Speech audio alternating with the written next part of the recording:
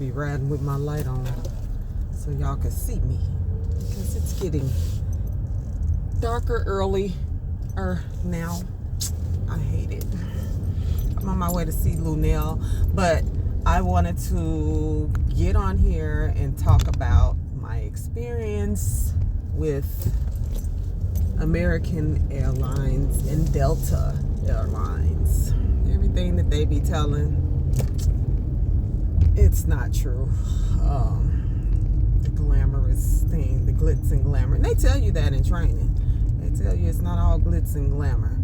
But they don't tell a lot of stuff as well. And I know it's people out here like, oh, if you want to get into flight attendant school, you can do this and you can do that, and just follow my channel and all of that. You know, hey, if God bless me, he blessed me. I'm grateful either way, because he is my source, first and foremost. American flew me out, and others. We had applied in February. They put it on pause for their summer, flying season.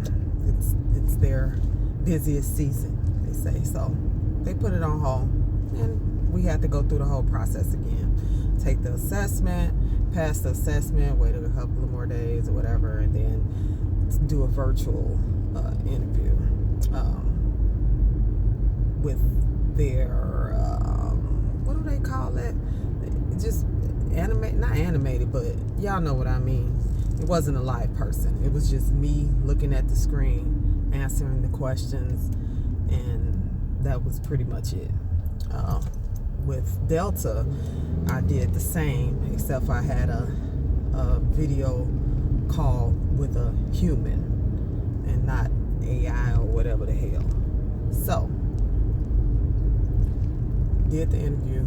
They flew me out yesterday. It was a group interview. It was like 30 plus of us, maybe, or around 30. Everyone did great. We did simulations where we did, role playing. Okay, my question was, if it's someone smoking in the lavatory, somebody came out the lavatory, smell smoke, what do?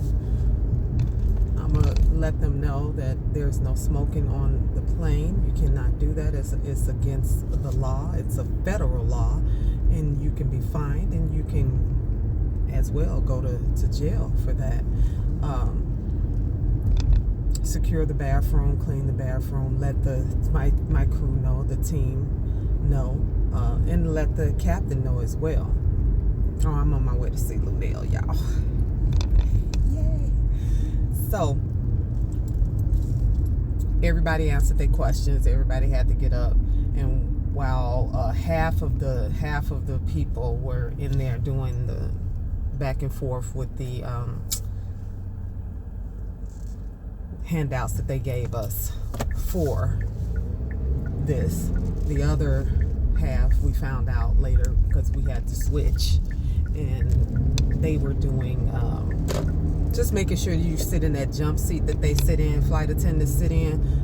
You got to buckle it up, make sure you fit, basically, and reach the overhead and do the fire extinguisher, and push the cart up and push it down the aisle and pull it back. Did all that, no problem. Everybody was nice, sweet. Of course they are. That's how people are at jobs until you get to know them, or they reveal who they are. But everybody was really forthcoming for the most part. At Delta as well, everyone was nice, and but I'm of a certain age. I'm 57, so I feel, for this is just me, that I've aged out for jobs, a lot of jobs. I've been looking for work since last September. I have no income right now. God usually makes sure that I have something. I have a an amazing sister. I love her deep, and not because when she assists me, I just love her. It's my sister. But you know, you grow at my age, you want your own income, and I'm working on that. Several ways. I do driving for USERV. USERV is an affiliate of PACE, where they pick up developmentally disabled adults and adults who don't drive, and the elderly.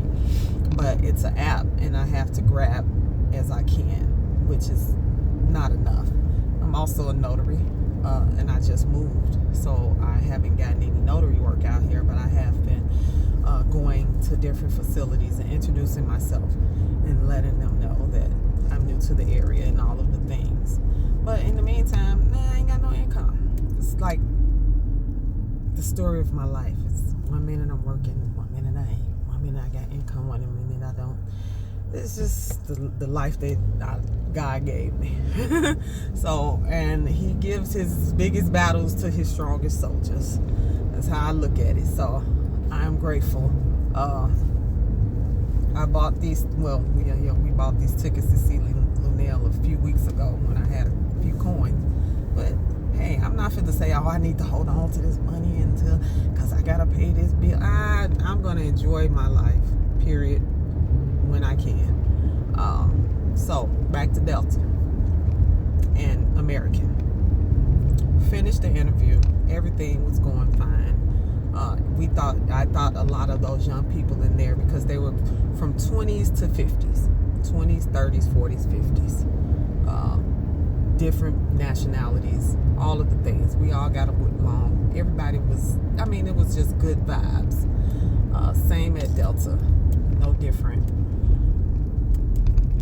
So it came to the time where they call everybody, have you get your suitcases, because they flew us out, They didn't feed us.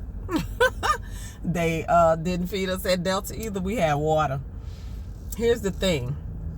When they let us know that they wouldn't be moving forward with us, they called 10 of us and said they wouldn't be moving forward with us. One of the ladies worked for them. She's a gate agent out of their Charlotte base.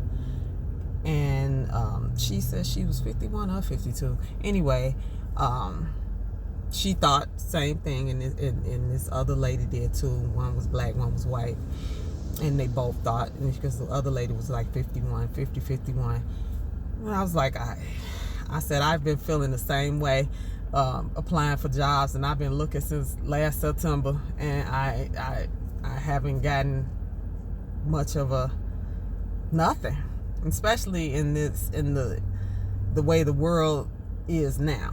So we thought ageism, it's because of our age, which is fine. They had been there 30 and 40 years. One was 39, one 29, one 19, one was 1 month, and that was fine. But those people, I felt, and that's just me, that they qualified just like I did, and even the younger people that they didn't pick qualified, and they were dressed professionally. They weren't overdressed, they weren't underdressed, they were dressed professional, and they were smiling just like we all do, and listening, and because they gave us a little test as well. We passed the test. I know I passed the test because we used to have to watch a video before the test, and paying attention. They said pay attention, so you paid attention so you can get the answers correct. And that's what we did. Everything was going fine. Everything was great. I thought that they should have gotten hired, but they didn't. But I personally, I don't care. I'm not going through. They were like, oh, you can apply again in 6 months. You don't have to wait a year. Isn't that great? Way, yay. All of the things. But I'm not going to do it because, they were explaining. You can be here. You can come and apply and go through this process. I know people have went through it 3-4 times before they got hired. I'm not going through all of that. I'm not doing that. And this is why. training, they don't pay you. 6 weeks, you'll be in Dallas or Atlanta. With Delta, they pay $12 an hour while you're in training. What Delta didn't explain, but I didn't understand the way that they explained it. American explained it. 6 weeks, no pay. They give you room and board. That's it. If you fail the test, any test, they sending you home. If you do pass all of the tests and get through training, it's 6 months of probation, and for 12 weeks, first 6 weeks, you don't get paid. So for 12 weeks, you don't get paid. They want you to be able to, after you pass the test and you get your wings, you're going to be on call for 2 years. And in that time, you have to be there, of course, all of the things. You got to be there, be on time, be happy and ready to go. And that's fine. That's great. That's no problem, right? The thing is, do not hit me. I'm trying to be in a hurry. The thing is, no pay. What the hell? You don't get paid. You go through all of this, and when you do start your 6 months probation, you're on call. They call it reserve. You're on call. If my base is in Dallas and I'm here in Illinois, when they call you, they normally call, she said, around 3 hours prior to takeoff. By the time, as soon as you pick up that phone, the time starts, they said. And you got to get, if I got a trip flying out of Dallas, I got to be at Dallas within 3 hours. They gonna fly you, but you gonna be standby. Yeah, you're gonna be, has it been 7 minutes? Yeah. You're gonna be fucking standing by, because they don't want you to curse on here the first 7 minutes. You're gonna be on standby. And if you don't get to base to get on your flight to start work, you're gonna get wrote up or you're gonna get terminated. And they're not guaranteeing you a flight. And most of their flights be full on American. I don't know about Delta, but yeah, because I was on standby for 2 flights. One I didn't make, and the other one I made, because I was trying to get out of there early yesterday, because my flight wasn't leaving until 9. I wasn't gonna get home until 12 or 10, or it was gonna leave at 10, and I wouldn't get home until 12. So I got home at 9 instead, because I was able to get on that flight because 3 people didn't show up. But yeah, that's what they do. So if anybody wants to apply, yeah, the benefits, the flight benefits, the health benefits, all the things I'm sure are great. But the first 2 years are going to be torture, basically. And if you have to have a layover where you got to stay, go get you some sleep, and come back for the next flight, that's on you. You got to pay for it. While you're not getting paid for these 12 weeks. Now, what the hell? I mean, really? Oh, it's going to be you have to be financially ready for this job. What the hell you mean financially ready for this job? That's what they mean. If you get a layover, you got to pay for your room and board. They're not paying for nothing. If it's 2-day layover, 3-day layover, and you fly back, you got to pay for it.